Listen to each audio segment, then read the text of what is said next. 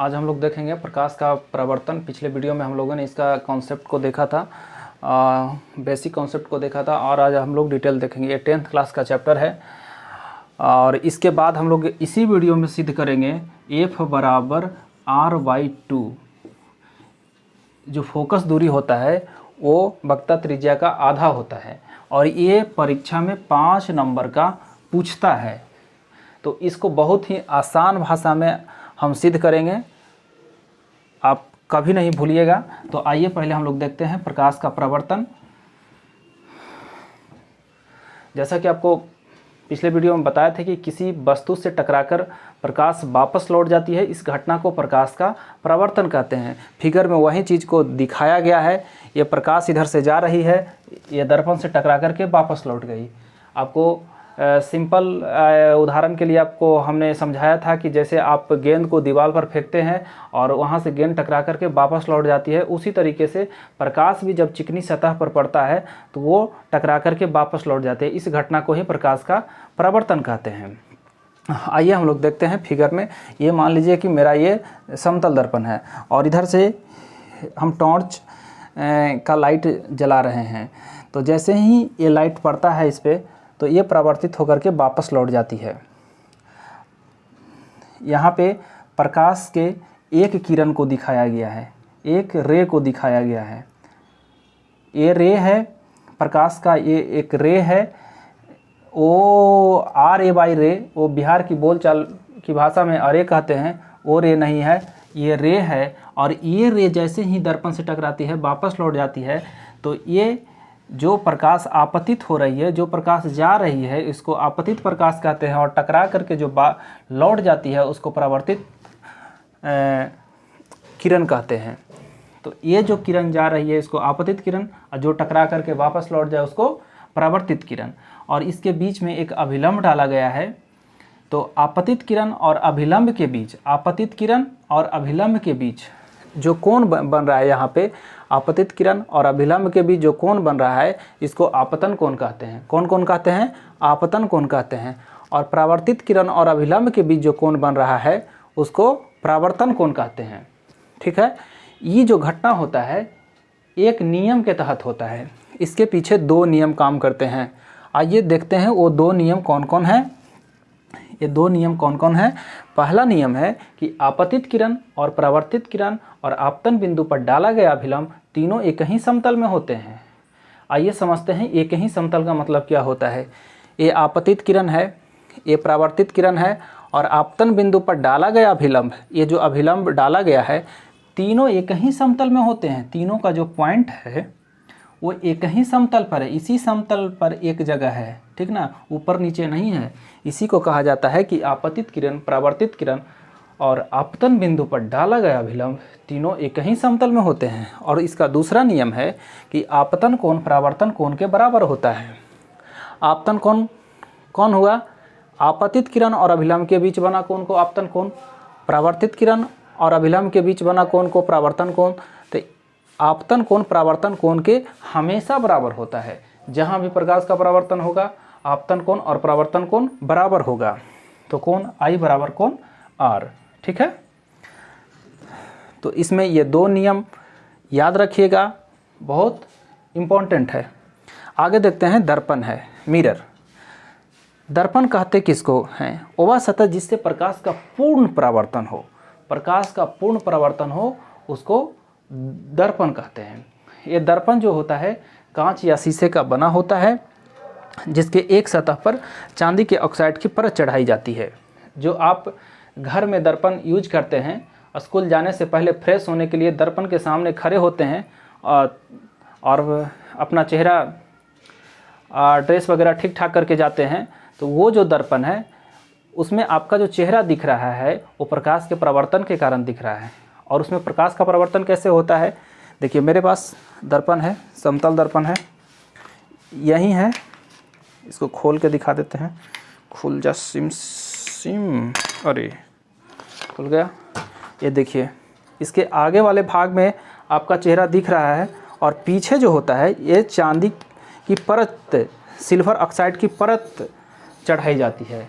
और इसको चढ़ाने से 99% प्रकाश का परावर्तन हो जाता है, ये सारे प्रकाश को रिफ्लेक्ट कर देता है। इसीलिए समतल दर्पण हो या गोलीय दर्पण हो, उसके पीछे चांदी के ऑक्साइड की परत चढ़ाई जाती है। आप लोग भी जब दर्पण टूटता होगा घर में तो देखते होंगे उसके पीछे का भाग जो होता है वो कलई किया हुआ रहता है।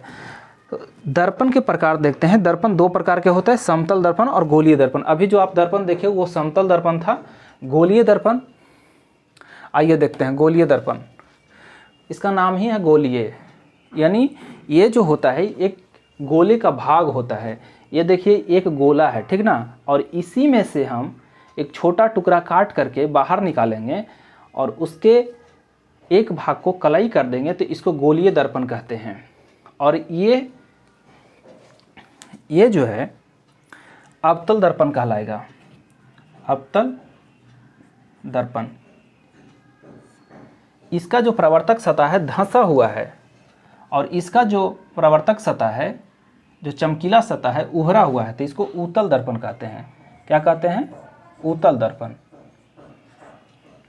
ठीक है। अब इसमें बहुत सारे पॉइंट हैं। इंग्लिश में इसको कॉनकेव बोलते हैं, कॉनकेव, और इसको बोलते हैं कॉन्वेक्स मिरर, ठीक ना। कॉनकेव देखिए, इसका केव गुफा जैसा है, मतलब इसका जो होता है ये धंसा हुआ होता है प्रवर्तक सतह, और इसमें जो होता है उठा हुआ होता है। तो इसमें कुछ इम्पॉर्टेंट पॉइंट है, इसको देखेंगे। ये जो दर्पण है यहाँ से लेकर के यहाँ तक है, और इधर दाहिने साइड को कलाई किया गया है। किससे कलाई किया गया है? सिल्वर ऑक्साइड से। AgBr का परत होता है। तो ये दर्पण के बीच वाले भाग को ध्रुव कहते हैं। क्या कहते हैं? ध्रुव कहते हैं। और जिस खोखले गोले का भाग होता है उस गोले के सेंटर को वक्रता केंद्र कहते हैं। क्या कहते हैं? वक्रता केंद्र कहते हैं। उसी तरह उत्तल दर्पण में भी जो ये उत्तल दर्पण है, जिस खोखले गोले का ये भाग है, ये गोला को आप मिटा भी सकते हैं, ठीक ना। तो जिस खोखले गोले का भाग होता है उस गोले के केंद्र को वक्रता केंद्र कहते हैं। क्या कहते हैं? वक्रता केंद्र कहते हैं। उसके बाद उस गोले की त्रिज्या को वक्रता त्रिज्या कहते हैं। उस गोले के त्रिज्या को दर्पण का वक्रता त्रिज्या कहते हैं, ठीक है। उसके बाद तो आप क्या क्या याद रखिएगा इसमें आपको याद रखना है ध्रुव किसे कहते हैं, वक्रता केंद्र किसे कहते हैं, उसके बाद वक्रता त्रिज्या किसको कहते हैं,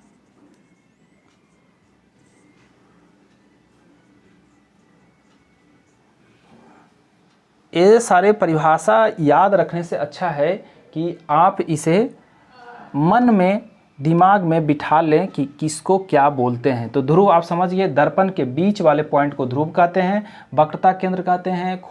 जो गोलीय दर्पण होता है उस गोले के सेंटर को वक्रता केंद्र कहते हैं, केंद्र को वक्रता केंद्र, उस गोले के केंद्र जो होता है उसी को वक्रता केंद्र कहते हैं। और उस गोले का जो त्रिज्या होता है उसको दर्पण का वक्रता त्रिज्या कहते हैं।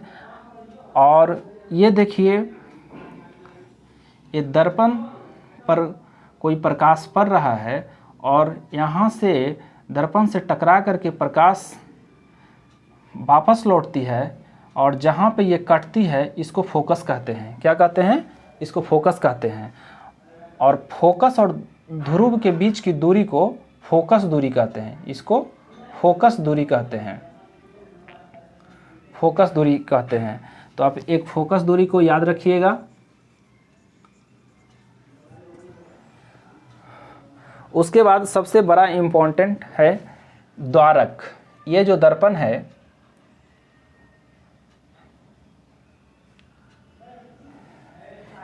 चाहे उत्तल दर्पण हो चाहे अवतल दर्पण हो, तो दर्पण का जो ये मुहाना होता है, इसका जितना बड़ा मुंह होता है उसको द्वारक कहते हैं। क्या कहते हैं? द्वारक कहते हैं। इतना ही बात इसमें याद रखिएगा। उसके बाद हम लोग अब देखते हैं F बराबर R/2।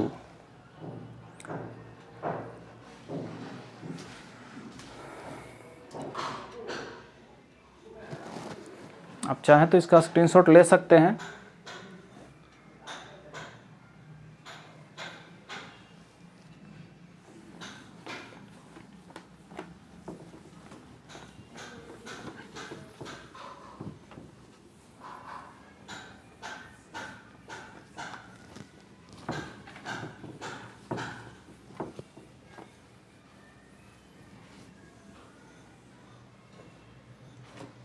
आपको क्वेश्चन में देगा कि अवतल दर्पण में या किसी दर्पण में भी, उत्तल में भी, तल दर्पण में सिद्ध करें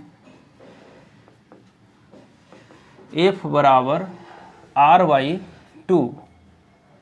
F बराबर R/2। तो आप क्या कीजिएगा कि एक अवतल दर्पण बना लीजिएगा। अवतल दर्पण कैसा होता है? ये हुआ अवतल दर्पण। थोड़ा और अच्छा बना लीजिएगा। ये हुआ आपका अवतल दर्पण, ठीक है। इसके एक भाग को कलई कर देते हैं। किससे कलई कर रहे हैं? कर रहे हैं तो मार्कर से, लेकिन ये जो ओरिजिनल कलई होता है वो AgBr का होता है। किसका होता है? सिल्वर ऑक्साइड का होता है। ये दर्पण का ध्रुव है, ये इसका वक्रता केंद्र है। वक्रता केंद्र को C से डिनोट करते हैं, ठीक ना। यहाँ पे प्रकाश की किरण एक आ रही है जो दर्पण से टकराने के बाद फोकस से होकर के गुजरती है, ठीक है। इसमें एरो छूट गया था।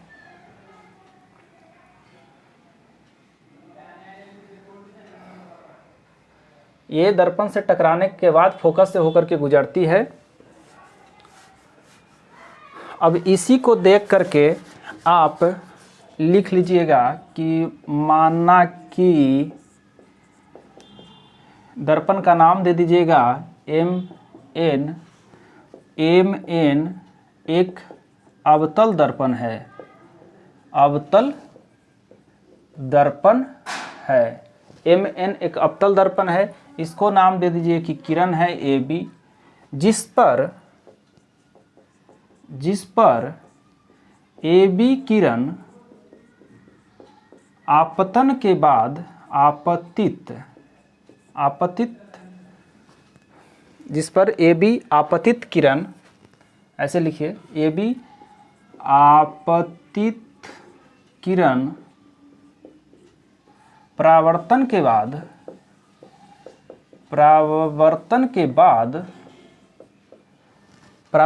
बाद F से होकर गुजरती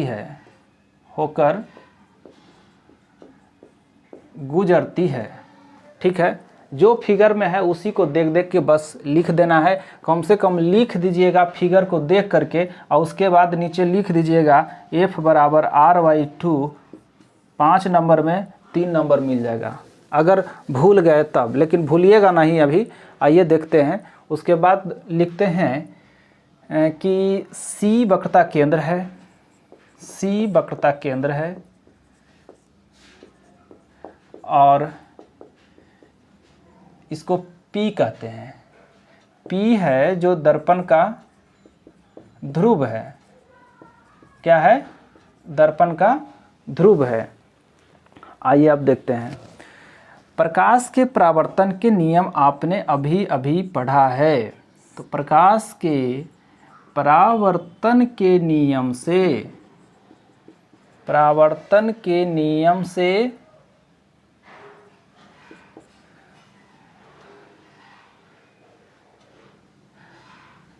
ये देखिए, ये हम अभिलंब डालते हैं। अभी भी आपने प्रकाश का प्रवर्तन का नियम देखा था, उसमें अभिलंब डाले थे। तो ई कोण आई हो गया, ई आर हो गया। तो प्रकाश के प्रवर्तन के नियम में हम अभी अभी पढ़े हैं कि कोण आपतन कोण परावर्तन कोण के बराबर होता है। तो ये आपतन कोण हुआ, ये परावर्तन कोण हुआ। तो कोण ए बी सी बराबर कोण सी बी एफ, ठीक है। उसके बाद कोण ए बी सी बराबर कोण बी सी एफ, एकांतर कोण से, एकांतर कोण से। ए बी समानांतर है सीपी के। जब कोई दो रेखा समानांतर होती है और तीसरी रेखा कोई काटता है तो उसके बीच में जो एकांतर कोण बनता है वो बराबर होता है। तो एकांतर कोण ए बी सी बराबर कोण बी सी एफ हो जाएगा। यहाँ तक समझ गए। जब ए बी सी के बराबर सी बी एफ है और ए बी सी के बराबर बी सी एफ है तो कोण सी बी एफ बराबर कोण बी सी एफ लिख सकते हैं। बी सी एफ बराबर कोण बी सी एफ, देखिए बी सी एफ कहाँ है, बी सी एफ, और कोण बी सी बी एफ, इस कोण का बात हो रहा है। अब बी सी एफ इस कोण का बात हो रहा है। तो इस त्रिभुज में देखेंगे कि ये समद्विबाहु त्रिभुज हो गया। जब दो कोण बराबर हो जाए किसी त्रिभुज में तो उसको समद्विबाहु त्रिभुज कहते हैं। तो त्रिभुज BCF एक समद्विबाहु त्रिभुज है। क्या है? समद्विबाहु त्रिभुज है। और जब समद्विबाहु त्रिभुज हो गया तो इसका दो भुजा बराबर हो जाएगा। आपने गणित में पढ़ा होगा कि जो कोण होता है उसके सामने की भुजा बराबर हो जाती है। तो अब आप लिख सकते हैं, जब दो कोण बराबर हो गया तो आप लिख सकते हैं कि BF बराबर CF, ठीक है। इसको समीकरण आप 1 मान लीजिए, ठीक। चूंकि P जो है, ये जो P बिंदु है, वो B के बहुत निकट है। P जो बिंदु है, P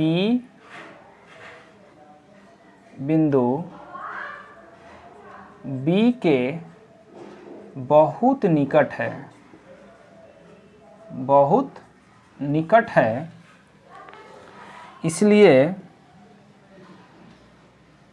आपको BP बराबर लिख सकते हैं BF बराबर PF।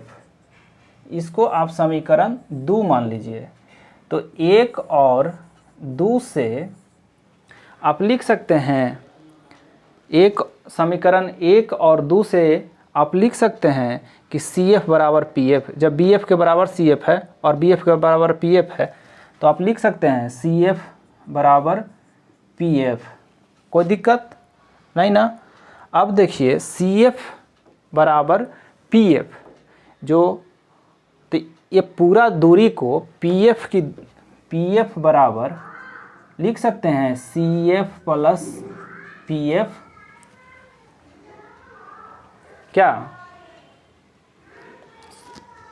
PC के बराबर, PC यहाँ तक की दूरी को लिख सकते हैं CF प्लस PF।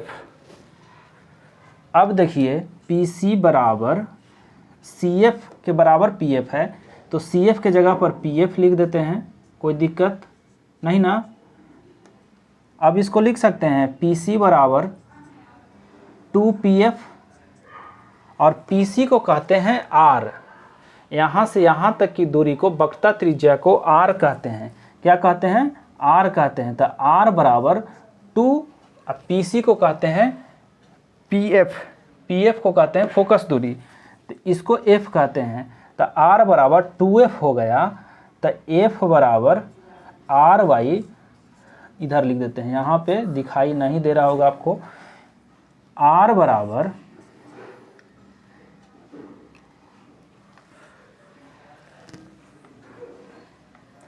F बराबर R/2 लिख सकते हैं।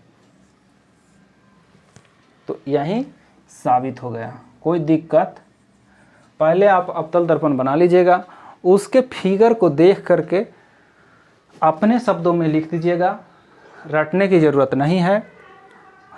उसके बाद प्रकाश का प्रवर्तन का नियम लगाइएगा। उसके बाद आपको सिद्ध हो जाएगा कि जो फोकस दूरी होता है वो वक्रता त्रिज्या का आधा होता है।